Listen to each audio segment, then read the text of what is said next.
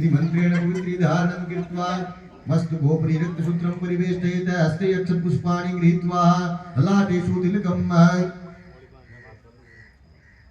स्वस्ति वाचनम् सुमुखस्यैकदन्तस्य कपिलोगजकर्णकलम्बोदरस्य विगतो विघ्ननाशो विनायक धूम्रकेतुर्गणाध्यक्षो भालचन्द्रो गजानन द्वादशैतानि नामानि अपरिक्ष्मयादपि विद्यारम्भे विवाहे च प्रवेशे निर्गमे तथा संग्रामे सङ्कटैश्चैव विघ्नस्तस्य न जायते शुक्लाम्बरधरं देवं शशिवर्णं चतुर्भुजं प्रसन्नवदनं ध्यायेत् सर्वविघ्नोपशान्तये विक्षिप्त्यार्थसिद्ध्यार्थं पूजितो यासुरासुरे सर्वविघ्नहरस्तस्मै गणाधिपतये नमः।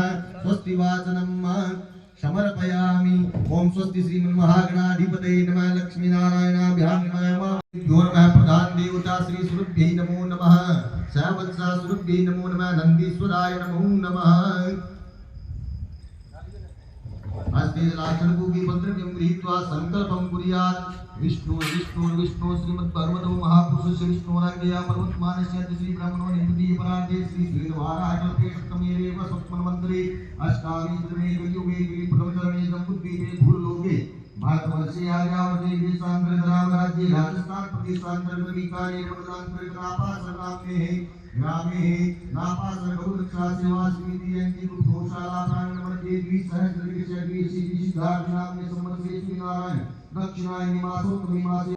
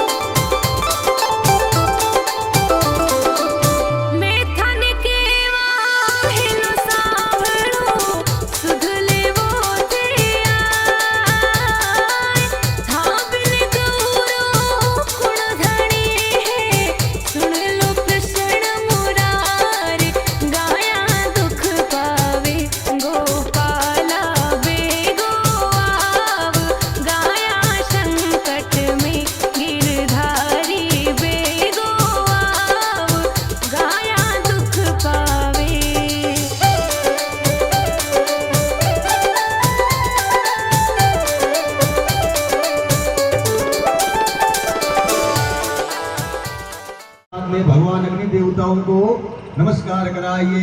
अग्निदूतम पुरोदते अविवाह प्रवेदेवानासादयामि। अग्नि देवताभ्यो नमो नमः। 500 ग्राम पेड़ां समर्पयामि। अग्नि देवताभ्यो नमो नमः। नमस्कारं समर्पयामि। अग्नि देवताभ्यो नमः। अग्नि देवता पूजनान्ते ब्रह्मा पूजनम ब्रह्मजजानां प्रथमं मुरुदादिशे मतः सुरजो वेन आवास पुत्र्या उपमास्य विष्टाः सतस्य योनिव सतस्य विवाह। यज्ञाधिष्ठात्री ब्रह्मणे नमः यं ब्रह्मा वरुणेन्द्र रुद्रमरुतास्तुन्वन्ति दिव्यस्तवे वेदे साङ्गप्रदक्रमोपनिषदे गायन्ति यं सामगा ध्यानावस्थितगतगतेन मनसा पश्यन्ति यं योगिनो यस्यान्तर्न विधौ सुरासुरगणा देवाय तस्मै नमः यज्ञाधिष्ठात्री ब्रह्मणे नमः सर्वोपचारार्थे गन्धाक्षरपुष्पाणि समर्पयामि धूपदीप निवेद्यं ताम्बूलं ऋतुफलं दक्षिणां समर्पयामि ब्रह्मणे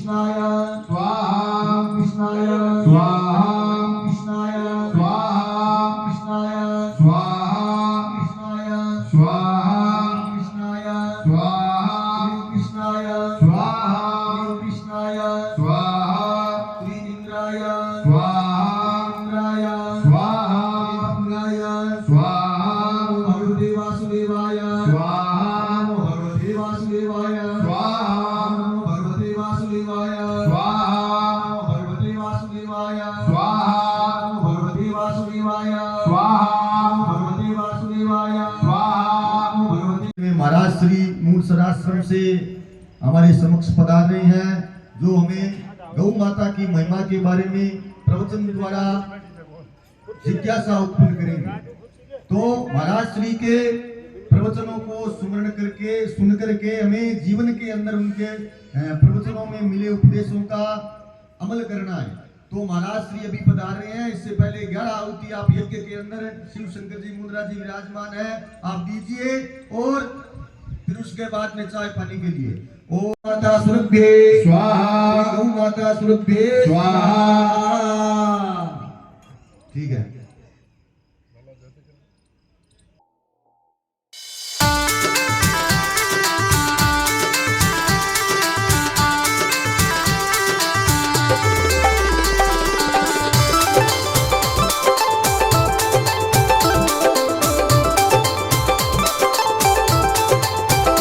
गोपाला बेगो आव गाया संकट में गिरधारी बेगो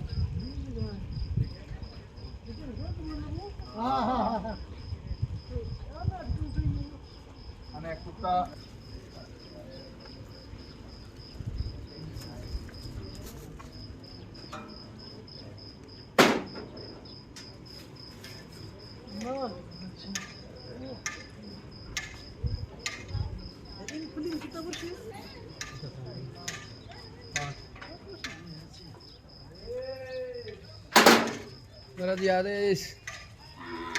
Yaris.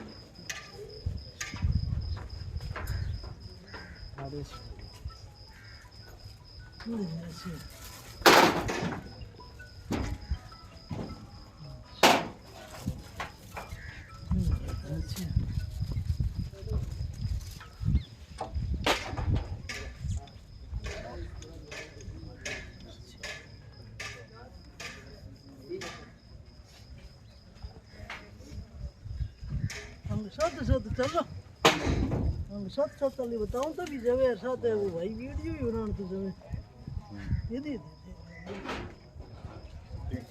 ए मैं ये छोड़ बता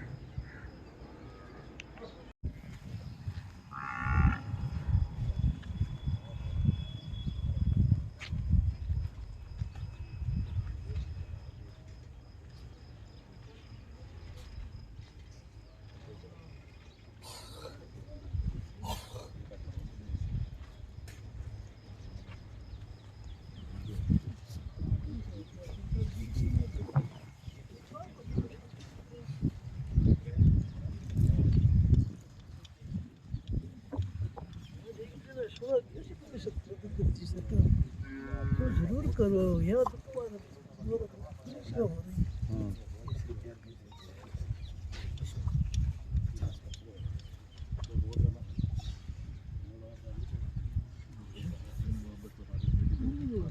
हो रही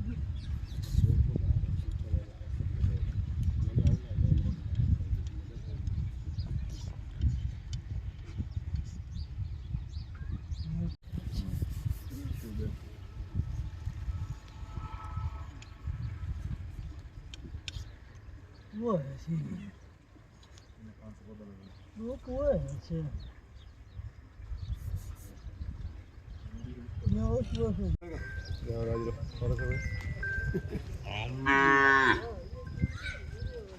Gade.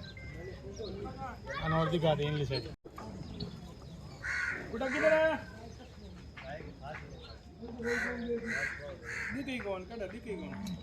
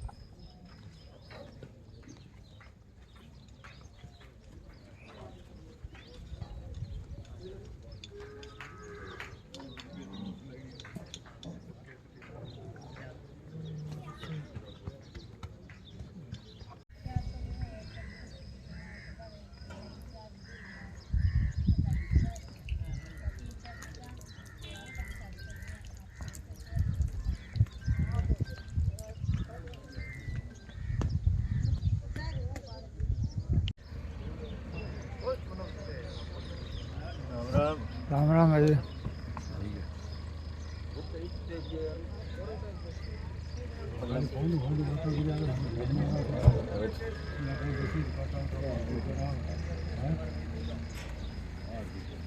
राम राम राम राम राम राम नित्याय शुद्धाय दिगंबराय तस्मै नकाराय नमः शिवाय तस्मै नकाराय नमः शिवाय मंदाकिनी सलिलचंदन चर्चिताय नंदीश्वर प्रमदाधराय पिनाकहस्ताय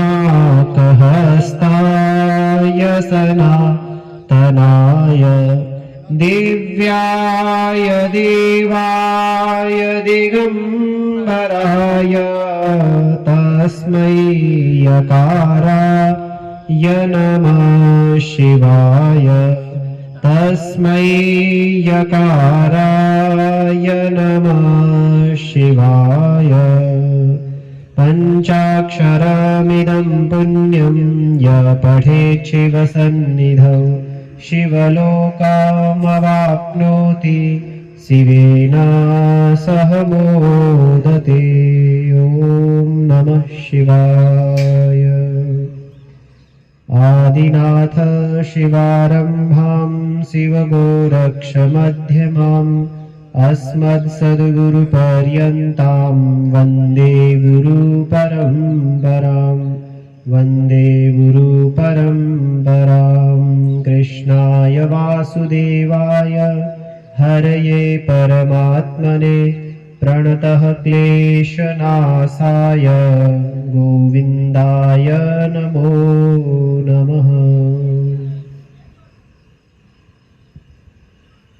आज ये जो गोपाष्टमी का पर्व है, आज के दिन से भगवान कृष्ण ने गाय चराना प्रारंभ किया था, इसलिए गोपाष्टमी पर्व मनाया जाता है। और 3-4 दिन पहले पंडित गोपी किशन जी, पंडित राधेश्याम जी जो यहाँ के अध्यक्ष हैं, आश्रम में पधारे थे और महाराज जी से कहा, और ये यहाँ पर आने का, इस प्रकार से गौओं की जो सेवा है ये देखने का मौका पहली बार ही हमें तो मिला है। और महाराज जी पधारे और इन सब को देख करके ये जो गौ सेवा का जिस ढंग से यहाँ पर प्रारूप बनाया हुआ है, व्यवस्था बनाई हुई है, ये वास्तुतः ही सबका कर्तव्य है।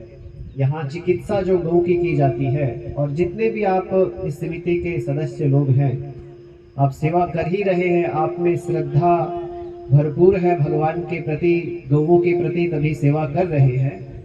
इसी श्रद्धा को और सजग दृढ़ करने के लिए हमें गौ का जो मूल है, गौ की जो वास्तविकता है, उसे समझने की आवश्यकता है। और सचमुच में ये बड़ी आश्चर्य की बात है कि ये गौ एक साधारण प्राणी नहीं है। और साधारण नहीं, इसमें सबसे पहला प्रमाण तो यही है कि आज जो गोपाष्टमी तिथि है और भगवान कृष्ण आज से गाय चराने लगे, साक्षात वैकुंठ नाथ नारायण अवतार लेकर के गौ सेवा में लगे। गौ सेवा में उन्होंने अपना लगभग 10-11 वर्ष का जीवन समर्पित कर दिया। तो ये अपने आप में प्रमाण है कि गाय कितनी महत्वपूर्ण है। बात समझ में आ रही है? स्वयं अवतार लेकर के भगवान गौ सेवा में जुड़ गए, और जब वो गौ सेवा में लग गए, भगवान खुद जब गौ सेवा कर रहे हैं, तो समझो गौ की सेवा भगवत सेवा से भी तो बढ़कर के सिद्ध हुई। और भी गायों के विषय में देखा जाए तो अनादि काल से, वैदिक काल से गायों का वर्णन मिलता है। ऋग्वेद में, यजुर्वेद में, और कृष्ण यजुर्वेद में तो एक उपाख्यान भी है। वाजस्त्रवा ऋषि गौओं का दान कर रहे थे, उसके बीच में नचिकेता भाववश आ गए और उन्होंने देखा कि पिताजी कुछ बूढ़ी गायों का दान कर रहे हैं, तो वो बोल उठे, मन में विचार किया, जग्ध तृणा दुग्ध दोहा निरिंद्रिया, ऐसे गायों को दे करके। तो वहां भी प्रसंग गौदान का कितने पुरातन काल में और भी जगह जगह पर गौ का वर्णन मिलता है। और गावो विश्वस्य मातरः, ये जो प्रसिद्ध वाक्य है ग्रंथों का, पुराणों का, इससे ये सिद्ध होता है कि गाय वस्तुतः ही संपूर्ण जीव जगत की माता है। तो इसको साधारण प्राणी समझना हमारी भूल है। ये साक्षात सब देवों की अधिष्ठात्री स्वरूप है। सारे देवों का एक समूहात्मक रूप यदि हम देखना चाहें तो ये गौ है। और ये समझना भी जरूरी है कि गायों की जो सेवा है और आजकल जो गायों की स्थिति है, कुछ तो हमारी भावना भी कमजोर हो गई। जो लोग लगे हैं दत्तचित्त होकर के तन मन धन वचन से लगे हैं, वो तो सराहनीय है ही, पर आम जनता के मन में धीरे धीरे गौ के प्रति वो भावना नहीं रही। सच्ची गौ की रक्षा तो तब हो सकती है जब घर घर में लोग गाय रखें और उसका पालन पोषण करें। अब तो पूरा सिस्टम ही ऐसे बदल गया है। कहने के लिए तो आसान हो जाता है कि गौ रक्षा घर घर में रख करके की जाए, परंतु बहुत से लोगों के लिए तो रखना भी मुश्किल है। कहाँ रखे घर में गाय। और पहले का तो बहुत बड़ा सरल हिसाब था कि गांव के चारों तरफ गोचर भूमि रहती थी, घर घर में गाय होती थी, दिन भर गाय चराती थी, सायंकाल गाय घर में आ जाती थी। किसी को ज्यादा गाय का कुछ बोझ जैसा भी नहीं लगता था, गायों की रक्षा हो जाती थी। और गाय की रक्षा क्यों जरूरी है इसे भी हमें समझना चाहिए। और गाय को साधारण सा पशु मान करके नहीं, गाय पूरे जगत के लिए आवश्यक है। गाय संपूर्ण जीव जगत की रक्षा के स्वरूप में है और सारे देवों की समूहात्मक शक्ति गाय में रहती है। ये हमें समझना पड़ेगा। शास्त्र प्रमाण से भी प्रमाण भी चाहिए और युक्ति प्रमाण से भी, वैज्ञानिक प्रमाण से भी। तो शास्त्रों में तो ये प्रसिद्ध ही कहा है, श्रृंग मूले गवाम नित्यम ब्रह्म विष्णु समाश्रितौ।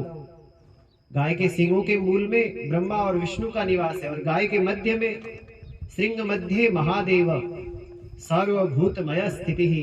गाय में तो सभी देवों का निवास है और साक्षात गाय के यहाँ पर देवादिदेव महादेव विराजमान है। और गाय के गोबर में गोमय वस्ते लक्ष्मी। तो गाय का तो हर एक अंग, गाय का हर एक उच्छिष्ट कल्याणकारक ही है। और कुछ लोग इस बात को अनुभव भी करते हैं। और जिन लोगों को ऐसी कामना हो कि सचमुच में क्या गाय कोई ऐसी चीज है, तो आप देख सकते हैं कुछ दिन के लिए, सप्ताह भर, महीने भर, 6 महीने का ऐसा नियम लेकर के गौ की सेवा करके आप कुछ भी पा सकते हैं। आप अपने मन की कोई भी कामना पूरी कर सकते हैं, ऐसा शास्त्रों में प्रमाण है। गावो काम देह, गाय से कामना पूरी होती है, इसका नाम ही कामधेनु है। और जो कोई सेवा करता है किसी कामना से, उसकी वह कामना पूरी हो जाती है। गाय भले ही एक मूक सा प्राणी हो, हमें लगता है ये पशु है, परंतु अंतर मन में ये सब की भावना समझती है। और ऐसे भी कहा जाता है कि गाय के कान में कुछ कहो तो सिद्ध हो जाता है, वो बात पूरी हो जाती है। ये झूठ नहीं है, सच्ची बात है। आप अच्छी सेवा करके, जो भारतीय गौ माता है उसकी सेवा करके, उसको रिझा करके कुछ कान में कहो, बात पूरी होती है। तो इसका मतलब क्या हुआ, गाय में वो शक्ति है। अब समझने की बात यह है कि उस शक्ति को हमें समझ। गाय का गोबर, और वास्तविकता यह है कि चर्म की सारी समस्या गाय के गोबर के स्नान से चली जाती है। तो इस प्रकार से भी देखने पर क्या सिद्ध होता है, गाय वस्तुतः जीवों के लिए माता के रूप में ही धरती पर आई हुई है। गाय की सेवा हमारा परम कर्तव्य है। और जो आप सब लोग, ये जो एनजी ग्रुप है, नापासर का ये सेवा समिति है गौ रक्षा में, आपको किसी भी प्रकार का संशय, जो लोग समझते हैं, विद्वान लोग हैं, वो तो जानते ही है। श्री राम के अवतार में भी देखो गाय संबंधी चर्चा।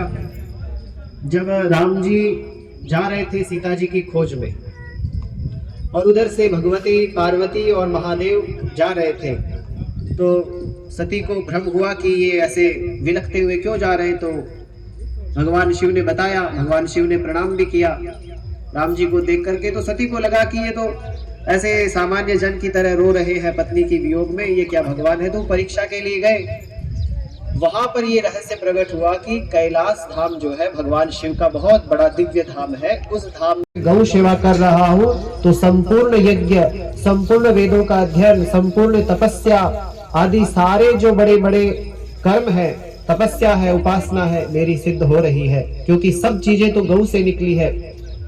गोभ्यो यज्ञा प्रवर्तन्ते गोभ्यो देवा समुत्थिताः गोभ्यो वेदाः समुद्गीर्णाः ससडंग पदक्रमः। गाय से ही सारे वेद प्रकट हुए हैं। और तस्मै श्री गुरवे नमः।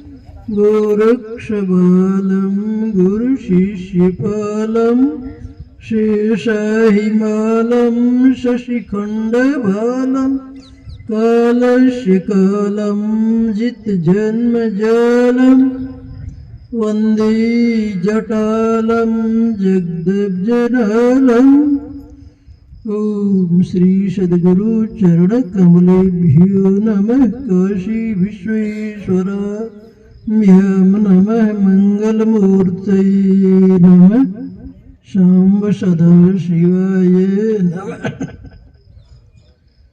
सर्वप्रथम तो आप सभी लोगों को धन्यवाद है, शाबाश है, जो इतनी बढ़िया, मैंने तो आज प्रथम बार ही देखी, इतनी बढ़िया गौशाला चला रही हो और जो ऐसी अनाथ गौओं की सेवा हो रही है, बिल्कुल कोई जिन गौओं से स्वार्थ नहीं, ऐसे पशुओं की सेवा हो रही है। ये जिसने भी कदम उठाया है बहुत ही सुंदर कदम उठाया है, सभी के लिए धन्यवाद है। और हमें तो इसका परिचय 2 दिन पहले ये गोपी किशन जी और राधे श्याम जी वहाँ गोपाष्टमी का निमंत्रण देने के लिए आए तो पहली बार ही सुना कि नापस में एक गौशाला और खुली। अभी तो राधे श्याम जी ने बताया कि 5 वर्ष हो गए। तो नपोसर सदा से ही धार्मिक क्षेत्र रहा है, यहाँ बड़े बड़े साधु महात्मा आते रहे हैं और हमेशा से इस शहर की या इस कस्बे की प्रवृत्ति धार्मिकता की तरफ, साधु संतों की तरफ, महात्माओं की तरफ, भारतीय संस्कृति की रक्षा की तरफ ही रही है। मुझे तो खुद को इस नपसर से बहुत लाभ हुआ है। जितने भी बड़े बड़े महात्मा यहाँ आए उनकी प्रवचन सुनने का मौका मुझे तो इसी नपसर में ही मिला। इतने बड़े बड़े महात्मा जो भारत के विख्यात महात्मा वे आपके नपसर में आए और यह नपसर में आए तो नपसर में सबकी सहानुभूति भी रही। कई एक महात्माओं को आश्रम में ले जाने का मौका भी आप लोगों की नपसर वालों की मदद से मिला। तो महात्मा लोग आश्रम में भी गए और ये संत स्वामी श्री सेवाराम जी की गौशाला में पहले हमारा आने का काम पड़ा। उसके अतिरिक्त मुझे गौशालाओं का पता ही नहीं था। फिर किसी ने बताया किलचू की तरफ और खुली है और ये तो नहीं देखी। गोपी किशन जी ने बताया कि पूछा कितनी गौशाला है, सबका यहाँ 5 है। इसके लिए तो फिर कितना धन्यवाद दिया जाए और सबकी सुचारू रूप से सेवा हो रही है। महाभारत के अंदर महात्मा ने सुनाई होगा, महाभारत के अंदर ऐसा लिखा है कि ब्राह्मण और गौ दोनों ही ब्रह्मा जी के मुख से उत्पन्न हुए।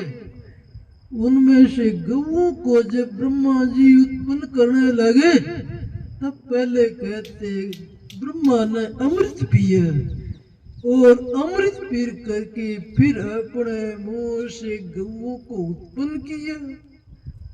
अतः गऊ के रोम रोम में अमृत ही होता है।